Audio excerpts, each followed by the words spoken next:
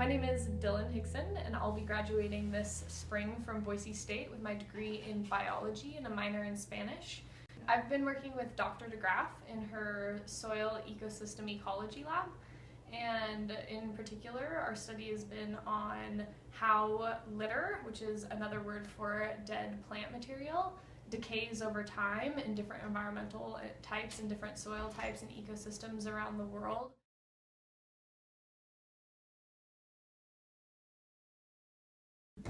Well, over-fertilization, I think, is one of the major issues in farming right now because of all of the excessive nitrogen runoff that gets into our water stream and then causes eutrophication, which is a process by which the excess nitrogen in the water causes algae blooms, which then suck essentially all of the oxygen out of the water and make it completely uninhabitable to any other organism. And so you get these massive areas like the dead zone in the Gulf of Mexico where there's nothing able to grow there anymore because of over-fertilization in farming as a result of monocropping and not treating the soil and feeding the soil, not using permaculture methods in which you can incorporate compost and other things into the soil to feed it and feed the microbial community that then helps continue the process of making a healthy soil to nurture and feed the plants, which then feed us in turn. And I think that's one of the biggest things that's called to me, or that's moving me towards agriculture, is this beautiful cycle and how it's so holistic and complete. And that's ecology to me in nature, is that we put energy and effort into the very base, and that's the soil, and you start from the bottom up and then you grow this thing that then feeds us to continue to grow. And I would be really excited to be able to take part in that process. I've been particularly attracted to Turtle Island because of its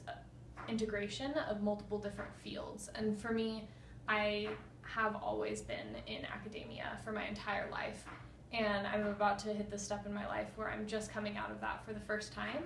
And I think it would be incredible to be able to still stay in touch with that side of myself and be surrounded with people who are wanting to think through these problems and are wanting to have interesting conversations about what we're doing and are reading and doing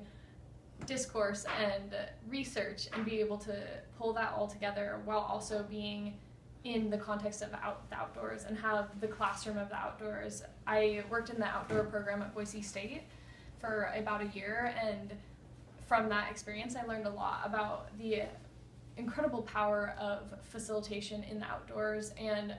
the ability to teach people how to grow from their experiences in the outdoors and being pushed slightly out of their comfort zone. And I think there's so much power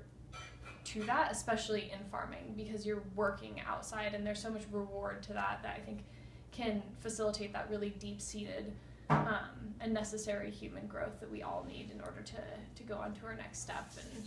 so I would be particularly excited to explore that within myself at Turtle Island and have the ability to farm, do my research that I want to do, study the texts that I didn't get the opportunity to go deeply into while I was in school because I was too busy, have the opportunity to talk with people who have diverse mindsets and different backgrounds and who are all trying to come together to approach the same problem but with different experiences and different ideas about how that should be approached. And I think that will really help not only narrow my interests and where I want to go after I graduate from college, but also help diversify my mind and mindset.